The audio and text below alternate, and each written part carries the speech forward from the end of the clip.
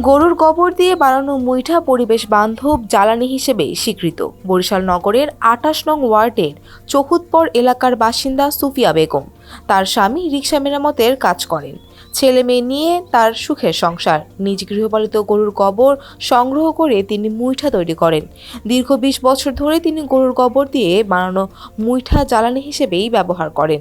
এতে প্রতি মাসে সাশ্রয় হয় প্রায় ৩ থেকে ৪ হাজার টাকা। শুক্তো কাঠি দিয়ে গোবর দিয়ে মুটকে তৈরি করি, লাকড়ি আমরা রান্না করি। আর গরু আমি পালি, তাই এই গোবর দিয়ে শুকনো কাঠি দিয়ে এই মুটকে তৈরি করি। দিয়ে শুকনো হলে আমরা এই দিয়ে চুলে ধরাই পাক করি। আমার এখন 2টে গরু আছে, আরো ছিল, বিক্রি করে হেলাইছি। এটা ধর 15-20 বছর হইবে। মাঠের অলরাউন্ডার আমি, আর ঘরের allrounder Tylox. Tylox toilet cleaner, clean মানেই টাইলক্স। গৃহপালিত গরুর গোবর তিনি ফসলের মাঠে সার হিসেবে ব্যবহার করে থাকেন। আর গরুর দুধ নিজেরা পান করেন ও প্রতিবেশীর কাছেও বিক্রি করেন। এতে করে তার বাড়তি আয় হয়। এই অর্থ তিনি সাংসারিক কাজে ব্যয় করেন। এটা দিয়ে তো অনেক কিছুই করা যায়।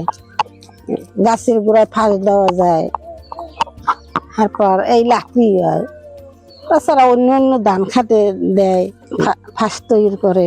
আমি যে লাকড়ি দিয়ে কম হেল্পিকে রান্না করি। আমার একটা মুদ্দে বানানোর পর সপ্তাহখানি শুকনো লাগে, কিন্তু বর্ষাকাল আইলে সেই সময় আমরা করি, এখন করি না। স্বামী আছে, ছেলে আছে, ছেলের বউ আছে, নাতি আছে। বরিশাল প্রতিনিধি খান মনিরুজ্জামানের পাঠানো তথ্যচিত্রের ডেস্ক রিপোর্ট সমকাল।